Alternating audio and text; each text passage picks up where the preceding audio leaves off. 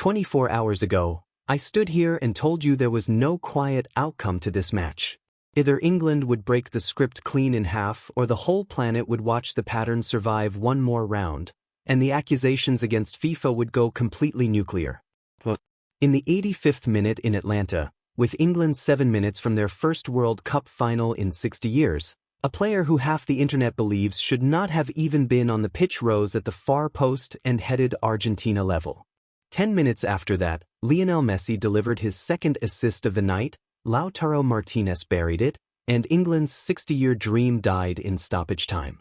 Argentina 2, England 1. The pattern survived. And the internet did not erupt, it detonated. This is the story of the night FIFA's worst nightmare came true in front of the largest audience of the entire tournament, and why what happened Sunday at MetLife might now be the most scrutinized football match ever played. Stay to the end, because the honest verdict on this one is not what either side of this war wants to hear. Let's start with the decision FIFA made before a ball was even kicked, because if you wanted to calm a global audience that had already renamed this fixture England versus FIFA, you could not possibly have done a worse job. The referee appointed for the biggest match of the tournament was Ismail Elfath, an American, an MLS official, and a man with one statistic hanging around his neck like a lit fuse. Lionel Messi has never lost a match that Ismail Elfath has refereed. Not once. The press spent the 24 hours before kickoff openly calling him Messi's lucky charm. Think about that. After a fortnight of Egypt's formal complaint, the Switzerland card reversal, and a spider cam goal no machine will admit happened, FIFA looked at the most suspicion-soaked semi-final in World Cup history and handed it to the one referee whose record reads like a punchline. Maybe it means nothing. Officials don't decide who wins. But narratives don't need proof to catch fire, they need fuel. And that appointment was a tanker truck of it. And for 55 minutes, none of it mattered. Because England were doing exactly what I said they could do, winning this on pure football. The fresher legs ran. The rotation on the flanks stretched that tired Argentine backline exactly where it's been leaking all tournament. And in the 55th minute, the plan cashed out. Morgan Rogers, the man whose shot created the winner against Norway, swung in a pinpoint delivery, and Anthony Gordon smashed England in front. Atlanta shook. 60 years of hurt, 35 minutes from a final. And somewhere in those 35 minutes, this match stopped being football and became the exact referendum I warned you about. Because before Argentina's comeback, there was the moment. Enzo Fernández, challenging for a ball, caught an England player in the head. Not a graze, the kind of contact that put replays on every screen in the stadium and one question on every screen in the world. How is that not a red? Elfath gave a free kick. No red. No yellow. Nothing. Play on. Now let me be scrupulously fair, the way I promised in the last video. Referees at every level let an early, isolated foul go with a warning unless it crosses a clear line, and reasonable people disagreed in real time about whether this one crossed it. It was a judgment call. But judgment calls are exactly where this tournament's credibility has gone to die. And this particular judgment call kept a particular player on the pitch. You already know where this is going. 85th minute.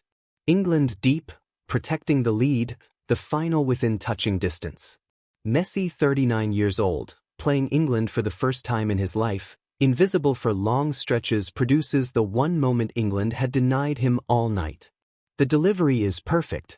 And arriving at the end of it, rising above everybody, is Enzo Fernández. The man who could have been sent off. Header. Goal. 1-1. The Argentine end of that stadium came apart. The English end went silent in a way that 60 years of practice still doesn't prepare you for. And then, because this Argentina team does not know how to write an ending quietly, stoppage time. Messi again, a second assist, conjured out of nothing, the thing I told you that you cannot coach and cannot buy, and Lautaro Martínez powering the header past the reach of everything England had left. 2-1. Full time. Argentina, somehow, again, are in the World Cup final. The explosion afterward was everything I predicted and worse. The screenshots were ready. The Elfath statistics still unbeaten with Messi on the pitch went around the world before the players had left the grass. The Enzo non-card sat next to the Enzo equalizer in a million side-by-side posts. England versus FIFA wasn't a nickname anymore. It was a verdict, delivered by half the internet within minutes of the whistle. But now let me do what I promised and give you the honest verdict, because I gave you the playbook yesterday, and here's the uncomfortable truth: almost none of it happened. There was no phantom offside chalking off an England goal. No soft second yellow reducing England to 10. No generous penalty. England's goal stood. The scoreline was decided by a discretionary non-card, the most defensible kind of controversial call, and by two headers from open play, created by the greatest player of all time, producing two moments of genius at 39 years old. If FIFA scripted this, they scripted the one version that leaves fingerprints nowhere. And that's precisely why this is their worst nightmare and not their triumph. Because they needed this match to be clean beyond argument, and instead it ended with their most famous statistic, Messi, unbeaten under Elfath, intact, and a should-he-have-walked villain scoring the equalizer. Nothing provable. Nothing dismissible.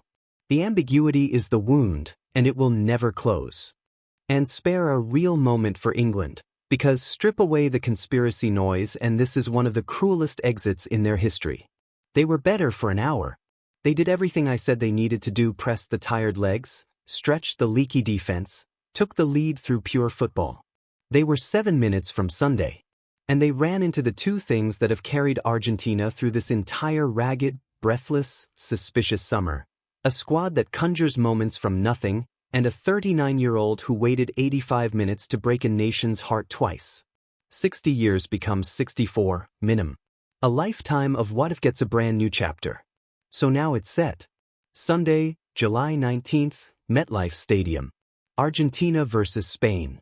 And if you watched my France video, you already know what this is.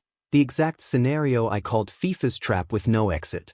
Messi's last dance against the one team this tournament has produced no arguments about the team too good to script around, who dismantled France without needing a single friendly whistle. Every decision in that final will be interrogated like evidence in the trial of the century. If Argentina win it with even one soft call, the accusations don't just go nuclear, they become the permanent story of this World Cup. If Spain win, the fairy tale FIFA is accused of protecting dies on the very last page, in front of the biggest audience football has ever assembled. There is no outcome that saves everyone. There never was. So here's what I need from you before Sunday.